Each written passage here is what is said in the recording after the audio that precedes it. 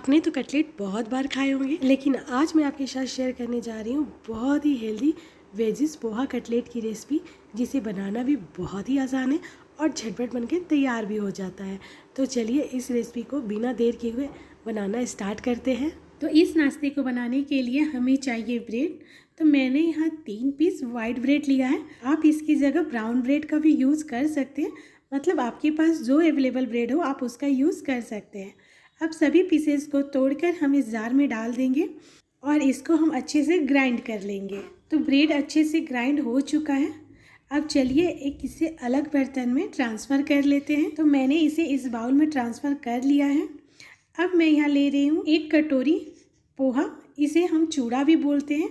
तो ये नॉर्मल जो हम लोग पोहा बनाते हैं ये वही पोहे हैं। अब इसे हम मिक्सर जार में ट्रांसफ़र कर लेंगे और इसे भी हम अच्छे से ग्राइंड कर लेंगे। अगर आपके पास पोहे नहीं है तो उसकी जगह आप मोटी वाली सूजी का भी यूज़ कर सकते हैं। तो देखिए मैंने इसे अच्छे से ग्राइंड कर लिया है।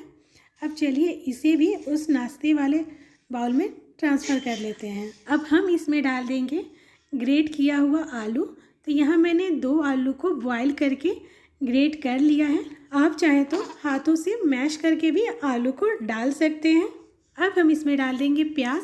तो मैंने 1 मीडियम साइज़ के प्याज को बारीक बारीक कट करके डाला है। अब मैं इसमें डाल दे रही हूँ 1 ग्रेट किया हुआ गाजर।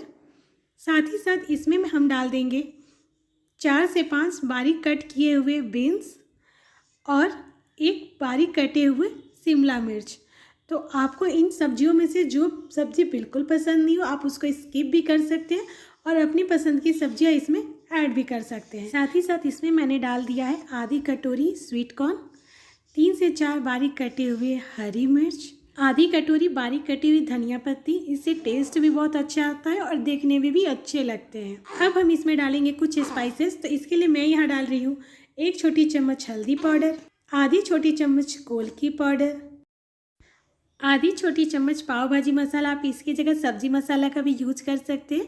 और साथ ही में मैं डाल रही हूँ 1 चम्मच जीरा पाउडर, 1 चम्मच लाल मिर्च पाउडर और 1 चम्मच चाट मसाला। आप चाट मसाला की जगह आमचूर पाउडर या नींबू का रस भी डाल सकते हैं। साथ ही में मैंने यहाँ डाला है आधी छोटी चम्मच काला नमक, आधी छोटी चम्मच अजवाइन। इससे टेस्ट भी अच्छा आएगा और डाइजेशन सिस्टम को भी ये ठीक रखेगा। और लास्ट में मैं यहाँ डाल रही हूँ स्वाद के अनुसार नमक। अब इन सभी को हम अच्छे से मिक्स कर लेंगे। यहाँ मैंने चम्मच से मिक्स कर लिया है। अब इसे हम हाथों से अच्छे से मिक्स कर लेंगे। ये बहुत ही हेल्दी नाश्ता है और इसे आप सिर्फ 5 मिनट में बनाकर तैयार कर सकते हैं। तो इसे मैश करते टाइम हमें पानी का यूज़ बिल्कुल नहीं करना है, बस हाथों से अच्छे से मसलते हुए इसे अच्छे से हमें मिक्स कर लेना है। अब इसे हम ढककर 5 मिनट के लिए रेस्ट पर छोड़ देंगे। 5 मिनट बाद सब्जियों का जो अपना पानी होता है उससे ये नाश्ता थोड़ा और मॉइस्चराइज हो गया है। अब इसे हम हाथों से एक बार और अच्छे से मिक्स कर लेंगे ताकि सारी सब्जियां और पोहे अच्छे से आपस में मिक्स हो जाए। और इसमें मैंने यहाँ पानी का यूज़ नहीं किया है, तो हमें हाथों से ही अच्छे से मसलना है ताकि जब इसके हम बॉल्स बनाएं तो बहुत ही आसानी से बॉल्स बन जाए। अब हम क्या करेंगे, थोड़ा सा मिक्सर लेंगे और हाथों में घुमाते हुए इसे हम बॉल्स का शेप दे देंगे। आप चाहें तो आप इस तरह से भी बनाकर तैयार कर सकते हैं और चाहें तो इसे आप फ्लैट करके भी कटलेट की तरह बना सकते हैं। आप जैसा चाहें वैसा इस नाश्ते का शेप दे सकते हैं। तो मैंने सोचा कि नॉर्मली हम लोग ये शेप हमेशा देते हैं, आज हम इसे हार्ट शेप देंगे।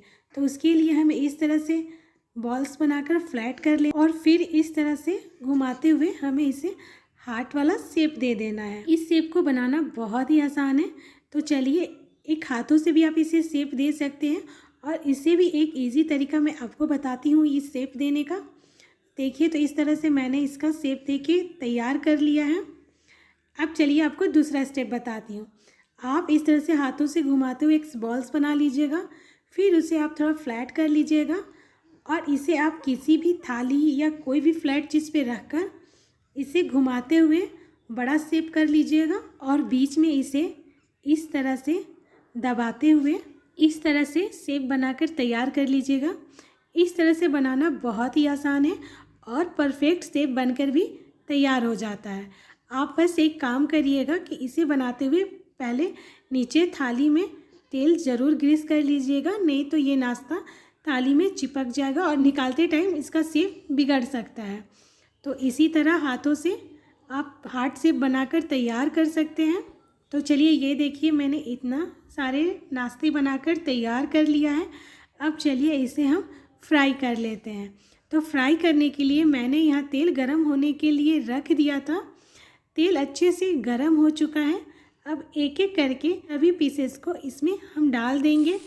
तो हमें एक बार में ज़्यादा पीसेस नहीं डालनी है, हम एक बार में सिर्फ 5 ही पीसेस डालेंगे। इस फ्राई करते टाइम गैस के फ्लेम को हम मीडियम कर देंगे और इसे हम अच्छे से फ्राई होने देंगे। इसे हम मीडियम फ्लेम पे फ्राई करेंगे, नहीं तो ये ऊपर से फ्राई हो जाएंगे और अंदर से कच्चे रहेंगे।